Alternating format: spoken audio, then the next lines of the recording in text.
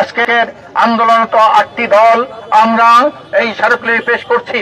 8টি দলের মধ্যে আছে ইসলামী আন্দোলন বাংলাদেশ, জামাত ইসলামী বাংলাদেশ, বাংলাদেশ খেলাফত মজলিস, তারপরে খেলাফত আন্দোলন, তারপর নিজাম ইসলাম পার্টি, তারপরে খেলাফত মজলিস, জাতীয় গণতান্ত্রিক পার্টি জাসপা এবং বাংলাদেশ ডেভেলপমেন্ট পার্টি থেকে শুরু করে 8টি দল আমরা আজকের ঐক্যমত্যভাবে আমরা আজকের স্মারকলিপি পেশ করছি।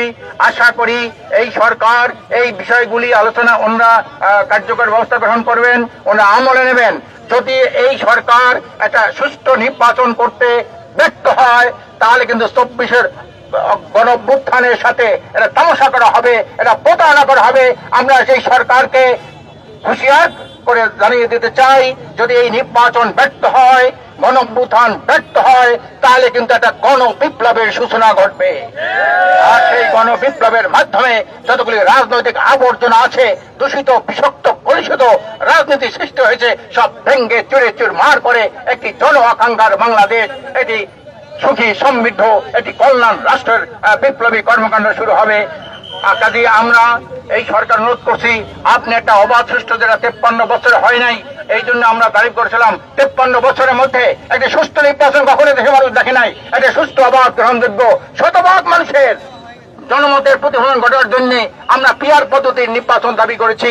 91টা দেশে পিয়ার আছে, উন্নত 34টা দেশের মধ্যে 25টা দেশে পিয়ার আছে। আমরাও চাই এই দেশটাকে একটি সুখী সমৃদ্ধ কল্যাণ রাষ্ট্র প্রতিষ্ঠার জন্য, একটি কার্যকর সংসদ প্রতিষ্ঠার জন্য আমরা পিয়ার পদ্ধতি নির্বাচন চাই। এই দাবিও আমাদের 5 দফা দাবির মধ্যে আছে। কাজে আমি নির্বাচন কমিশন অনুরোধ করব, এখন আপনার হাতেই ক্ষমতা এসেছে, ঐক্যমত্য কমিশন যেহেতু তার মতামত প্রধানমন্ত্রীর কাছে আপনার পেশ করেছেন, কাজে এখন আপনার চূড়ান্ত ক্ষমতা আপনার। কাজে আপনারা এখন কতগুলা সঠিক নির্বাচনের জন্য কতগুলো বাধা রয়েছে, তার মধ্যে সবচেয়ে বড় কথা হইল প্রশাসনের যে কর্মকর্তারা আমরা তারা এখন কিন্তু নিরপেক্ষ নন। তারপরে ভারতের ষড়যন্ত্র, সেখান থেকে আপনার মোকাবেলা করতে হবে। ভারতের যে ফ্যাসিস্ট যারা আশ্রয় নিয়েছে ভারতে, তাদের ষড়যন্ত্র মোকাবেলা করতে হবে। 3 নম্বর যেটা হলো আওয়ামী আধিপত্য জেলাগুলোতে কিভাবে আপনি সুষ্ঠু নির্বাচন করবেন সে ব্যাপারে আপনার পদক্ষেপ নিতে হবে। পুলিশ বাহিনীকে সুন্দর করতে হবে। কাজে এই দিকগুলি বিবেচনা করে আমরা আজকের 8টি দল আমরা আলাদা আলাদা ভাবে আমরা স্মারকলিপি পেশ করছি। আশা করি এই সরকার এগুলো আমলে নেবেন, নির্বাচন কমিশন এগুলো আমলে নেবেন।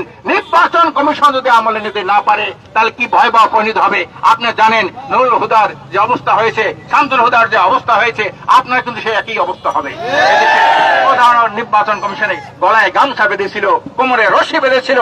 আপনিও এই সব পরিণতির জন্য প্রস্তুত থাকেন যদি আপনি সুন্দর সঠিক নির্বাচন দিতে না পারেন।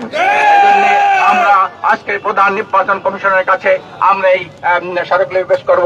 আশা করি অনুযায়ী আমলে নিয়ে একটি সুন্দর সঠিক নির্বাচনের পরিবেশ তৈরি করবে।